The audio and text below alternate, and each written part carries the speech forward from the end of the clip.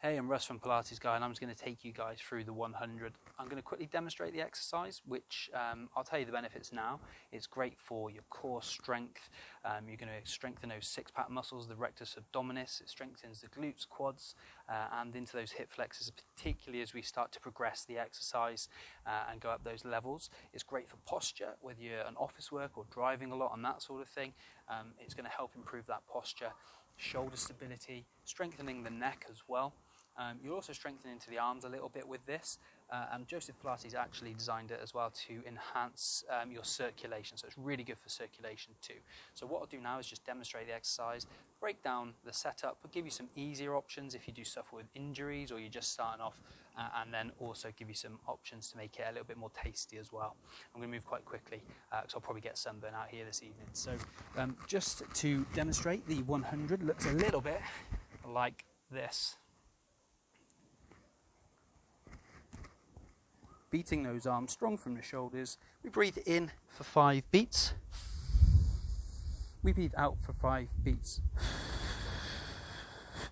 And we do that 10 times, 10 breaths. So a breath in and a breath out is 1 breath. We do 10, and that would make 100 beats of the arms, which is why they call it the 100. That's what it looks like, really nice and simple.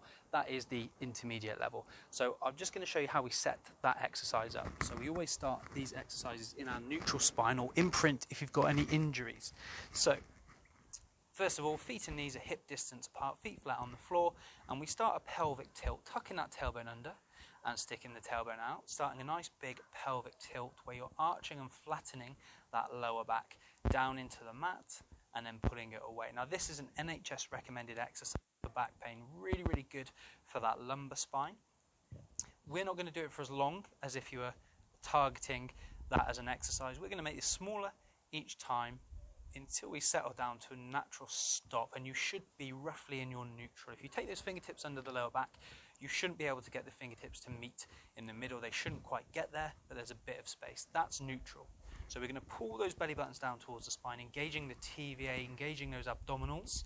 You should feel that work around the center. From here, we're going to engage the pelvic floor muscles. That's that feeling like you're desperate for the toilet, trying not to go. That engages the pelvic floor, which is the bottom of the core.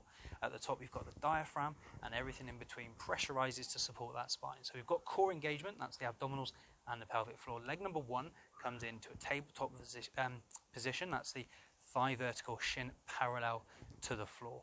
From here, if you've got back problems, you need to imprint that lower back. We tuck the tailbone under, flattening that lower back right down into the mat. Whether you're staying in neutral or you're imprinting, you get a hip-rib connection. You slide bottom ribs towards the hips, feeling more core engagement, feel that spine lengthen a little bit more. That's when leg number 2 comes into the tabletop position, vertical thighs, shins parallel to the floor.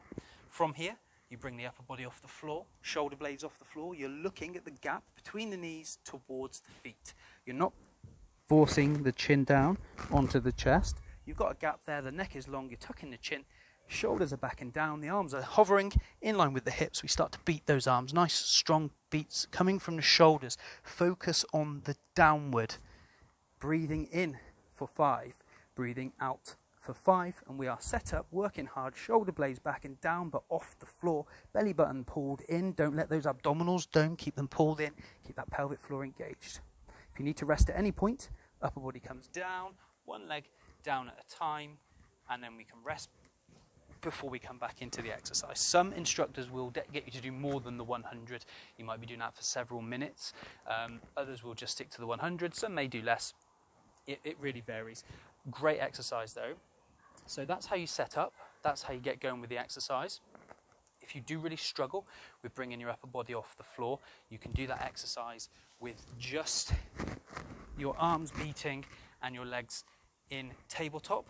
If you feel quite strong in the core and you can keep that back in neutral or imprint, depending which you've gone for, you can extend those legs to 45 degrees and bring them back to tabletop.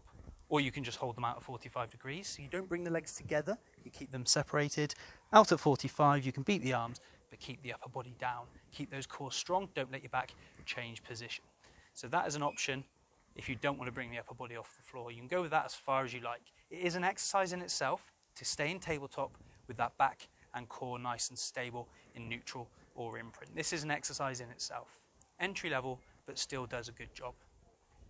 If you want to work harder, there are obviously levels to up that. Already hinted at one already.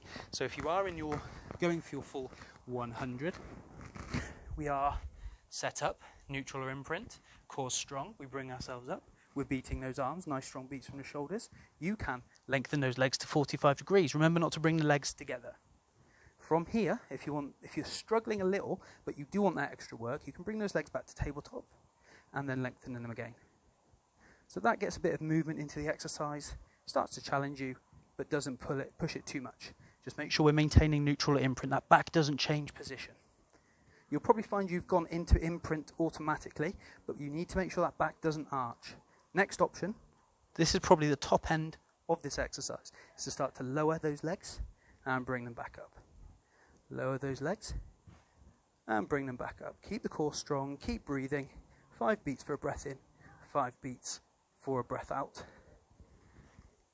And that is the top option. Once you finish the exercise, it's best to take a full body stretch. Push the hands away from you, push the feet away from you, squeeze your glutes, move your feet and your hands around. Take some nice deep breaths in through the nose, out through the mouth. So that is the 100.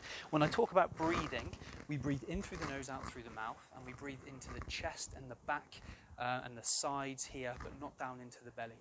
We're breathing high, expanding that rib cage. That's lateral thoracic breathing, and that's how we breathe in Pilates. So just bear that in mind when you're doing it. Hopefully there's plenty of options there for you, helping you to push that on a little bit. If you've got any questions or want any more information, you feel free to get in touch with me. Thanks very much for watching the video.